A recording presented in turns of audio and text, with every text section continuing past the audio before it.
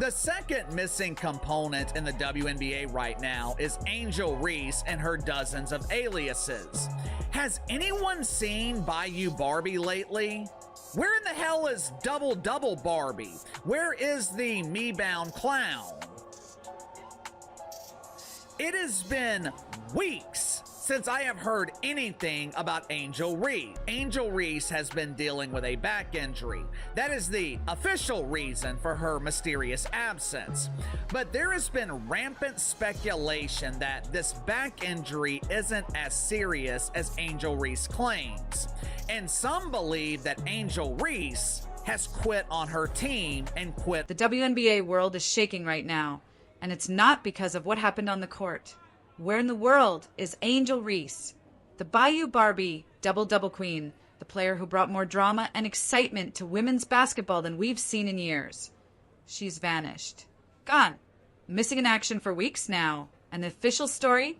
A back injury that keeps her listed as day-to-day, indefinitely. But here's the thing that'll blow your mind.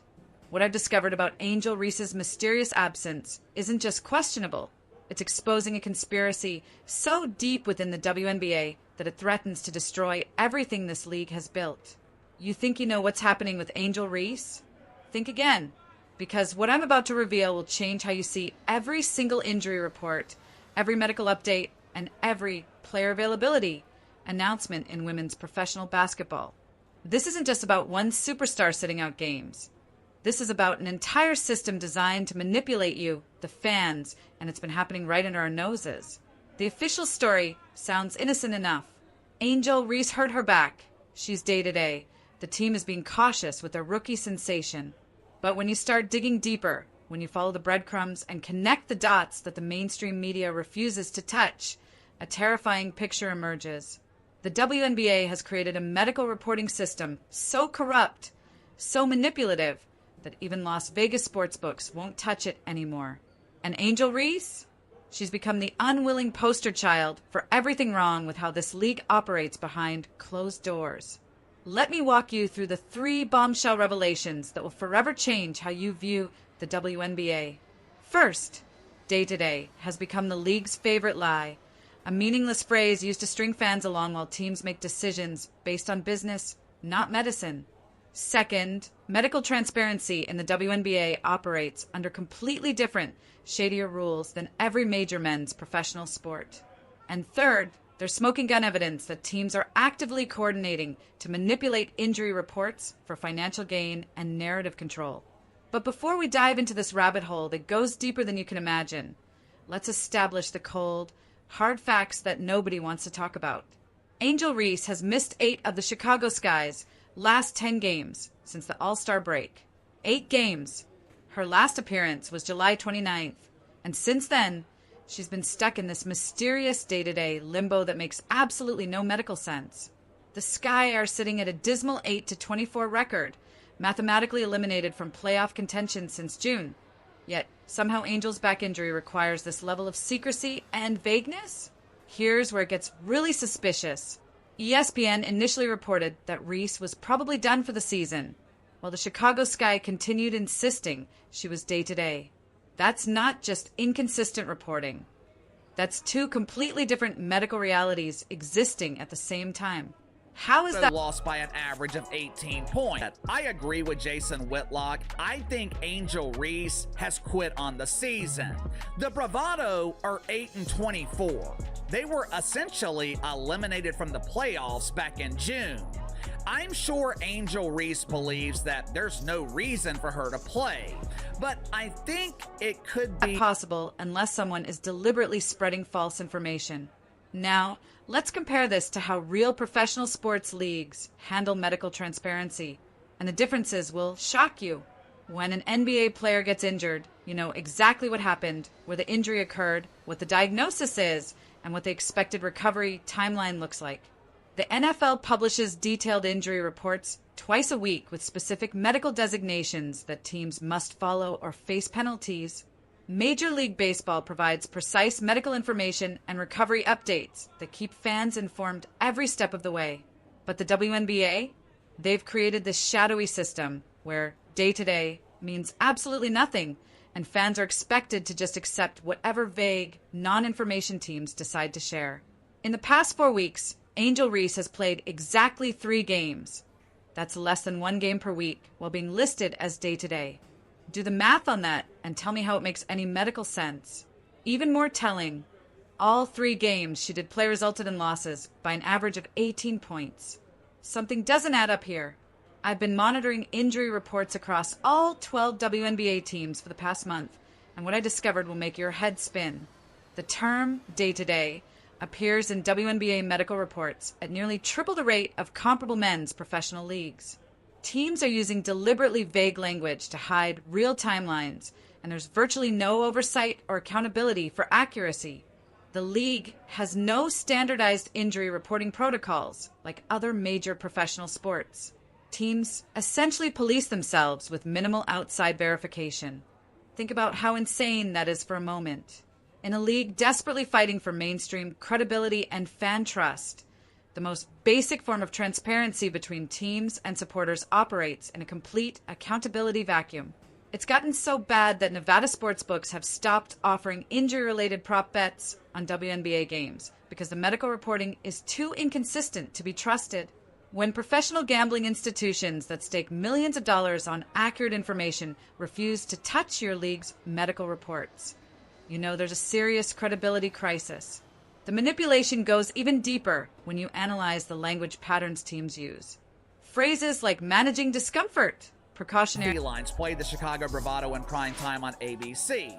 They drew 1.3 million viewers. It was the least watched game between these two teams since Caitlin Clark and Angel Reese entered the league. Guess who would have been blamed for these ratings if she was playing last weekend? Angel Reese. Guess who would be blamed for the declining mainstream interest the last few weeks if she was on the court? Angel Reese. The only reason Angel Reese agreed to play against Washington is because her measures and day-to-day have become catch-all terms that mean absolutely nothing while appearing to provide information. It's deliberate misdirection designed to keep fans guessing while teams make availability decisions based on factors that have nothing to do with actual medical necessity. Here's the connection nobody wants to acknowledge. This medical manipulation is directly linked to declining fan engagement and viewership. The recent primetime game between Indiana and Chicago on ABC drew only 1.3 million viewers, the lowest audience these teams have attracted since Caitlin Clark and Angel Reese entered the league. But here's the twisted logic. If Angel had been playing and the ratings still sucked, guess who would have been blamed? Angel Reese. Her absence actually protects her from criticism about the league's declining mainstream interest. The most revealing moment came when Reese did agree to play against Washington, and the only reason was because her grandmother was in attendance and wanted to see her granddaughter compete in person. That tells you everything about how these availability decisions are really being made. It's not about medical clearance or recovery progress. It's about emotional and business considerations that have nothing to do with healthcare. I've identified a systematic 4-step process that WNBA teams use to manipulate medical information. First, any physical discomfort or minor injury immediately gets labeled as day-to-day status. Second, this designation gets extended indefinitely without any medical updates, creating an information void that fans fill with speculation and conspiracy theories. Third, teams use this medical ambiguity to manage player availability based on non-medical factors like schedule difficulty, opponent strength, or media attention levels. Fourth, when pressed for specific details, teams hide behind medical privacy concerns while continuing to use injury status as a strategic business tool. The result is a complete breakdown of trust between teams and fans, where medical information becomes just another form of public relations management. But the conspiracy goes even deeper than individual team manipulation. Evidence suggests that WNBA teams coordinate their medical messaging to avoid competitive disadvantages and negative publicity cycles. This isn't isolated incompetence. It's systematic information control. Fan sentiment analysis reveals a devastating 60% drop in trust of WNBA medical information over the past month alone. Supporters are literally creating their own injury tracking systems because they don't trust official team reports.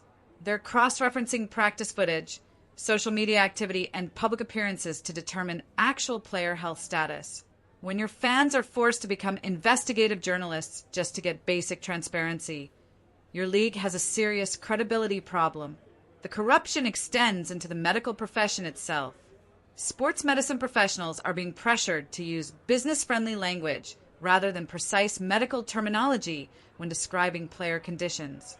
This represents a fundamental corruption of medical ethics in service of public relations objectives. Former WNBA players have privately indicated that medical transparency was significantly better during their careers, suggesting this crisis is a recent development tied to increased commercial pressures. I've identified at least 8 other current cases beyond Angel Reese, where WNBA teams are using vague medical language to obscure real timelines and avoid accountability. High-profile players with significant endorsement deals receive completely different medical messaging treatment than role players or rookies. This isn't healthcare, it's brand management disguised as medical care. The most disturbing aspect is how this creates different accountability standards based on a player's market value and business relationships. They drew 1.3 million viewers. It was the least watched game between these two teams since Caitlin Clark and Angel Reese entered the league. Guess who would have been blamed for these ratings if she was playing last weekend? Angel Reese. Guess who would be blamed for the declining mainstream interest the last few weeks if she was on the court? Angel Reese. The only reason Angel Reese agreed to play against Washington is because her grandmother was in attendance. And Angel Reese's situation becomes a test case for how much medical manipulation fans will tolerate, and the evidence suggests the answer is not much. Sports medicine experts are expressing private concerns about how WNBA practices could set dangerous precedents for other women's professional leagues. So what's fact and what's speculation in this medical transparency crisis? The confirmed facts are undeniable. Angel Reese has been listed as day-to-day for weeks without specific medical information. The WNBA lacks standardized injury reporting protocols. Fan trust in medical information has measurably declined, and professional sports betting operations have reduced WNBA injury-related options due to unreliability. The supported speculation includes whether teams deliberately coordinate medical messaging for business purposes, whether medical staff face systematic pressure to use business-friendly language over accurate medical terminology, and whether this represents coordinated manipulation versus institutional incompetence. But even the speculation is backed by observable patterns that suggest systematic rather than accidental transparency failures. Looking forward, the WNBA faces 3 possible futures regarding medical transparency. They can implement comprehensive injury reporting standards similar to other professional sports leagues, continue current practices and accept ongoing fan trust erosion, or face external pressure from media, business partners, or regulatory oversight that forces transparency reforms. Based on fan frustration reaching critical levels and minimal indication from league leadership that comprehensive reform is being prioritized, we're likely heading toward either continued trust erosion or external pressure forcing institutional change. Neither outcome protects the league's long-term credibility or business viability. Angel Reese's mysterious day-to-day status has become a symbol of everything wrong with WNBA medical transparency. Whether her situation involves legitimate medical privacy concerns or strategic business decisions, the league's inability to provide clear, consistent information has created a credibility crisis that extends far beyond one player or one team. The truth is that this systematic accountability vacuum threatens fan trust, business relationships, and competitive integrity. The medical manipulation system represents an existential threat to league credibility that requires immediate comprehensive reform. Angel Reese's situation isn't just questionable medical reporting. It's a symptom of institutional accountability failure affecting every team, every player, and every fan relationship in the league. The temperature of online conversation indicates fans are losing patience with vague medical explanations, especially when those explanations coincide suspiciously with business-convenient timing. The Angel Reese situation has become a tipping point that exposed institutional problems most fans suspected but couldn't prove. Now, They have proof, and they're demanding accountability. The WNBA's medical transparency crisis threatens both player availability and institutional credibility. And right now, both are in serious jeopardy.